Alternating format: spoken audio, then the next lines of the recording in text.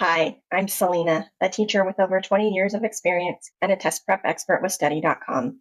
Today, we're diving into the FTCE Physical Education K-12 063 exam, focusing specifically on the knowledge of history and philosophy of the physical education profession. I'm here to help you feel confident and ready to succeed. Which of the following American presidents created the President's Council on Youth Fitness? A. John F. Kennedy, B. Franklin D. Roosevelt, C. Harry S. Truman, or D. Dwight D. Eisenhower? A. John F. Kennedy. While President Kennedy strongly supported youth fitness and helped promote it nationally, he did not create the council. B. Franklin D. Roosevelt was focused more on economic recovery and World War II efforts. C. Harry S. Truman emphasized military readiness and post-war recovery. The correct answer is D. Dwight D. Eisenhower.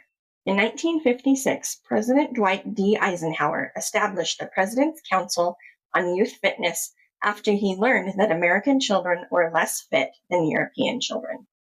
Who developed the first PE curriculum in the United States? A. Thomas Wood, B. George Williams, C. John Dewey, or D. Catherine Beecher? A. Thomas Wood. He was a figure in shaping modern physical education, especially with the focus on natural movements and games, but he came later and did not create the first curriculum. B. George Williams. He founded the YMCA in England and contributed to physical education globally, but he wasn't involved in developing the first U.S. PE curriculum.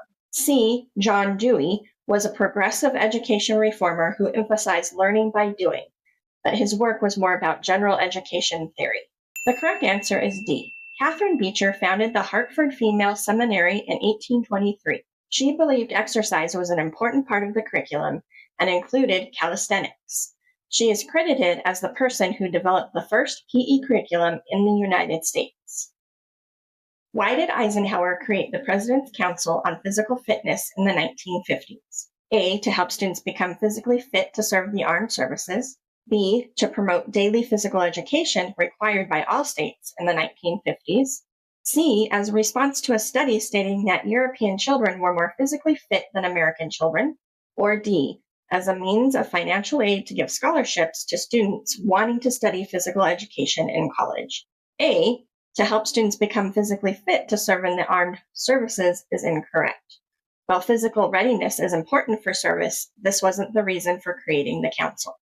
B. To promote daily physical education required by all states in the 1950s is incorrect. PE was not required by all states, and the council wasn't created to push state mandates. D. As a means of financial aid to give scholarships is incorrect. The council wasn't related to scholarships or college funding. The correct answer is C.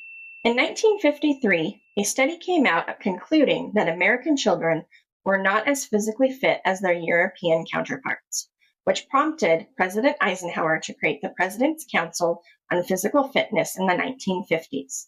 Unfortunately, its effect was not as positive as it was intended, with participation in PE programs declining over the last 30 to 40 years. Educational reformer John Dewey helped develop constructivism, the idea that we learn through A. Formal lectures, B. Experience and reflection, C. Memorization, or D. Independent learning. A. Formal lectures. Dewey believed kids learned best by doing, not by sitting and listening to long lectures. C. Memorization. That's more of a traditional method.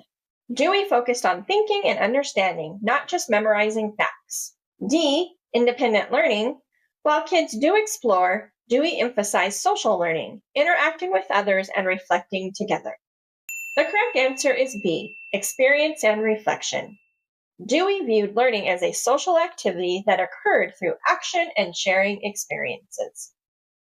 Thank you for joining me on some practice questions for the FTCE Physical Education K-12 063 exam. And for even more detailed practice strategies and customizable study materials, head over to Study.com. Our courses include full-length exams, hundreds of authentic practice questions, and short targeted video lessons specifically developed based on the latest test updates. With our resources, you'll know exactly what to expect on test day. Like this video and subscribe to the channel to get all the latest FTCE test updates. And please leave your questions and success stories in the comments. We would love to hear from you. Thank you for watching and happy studying.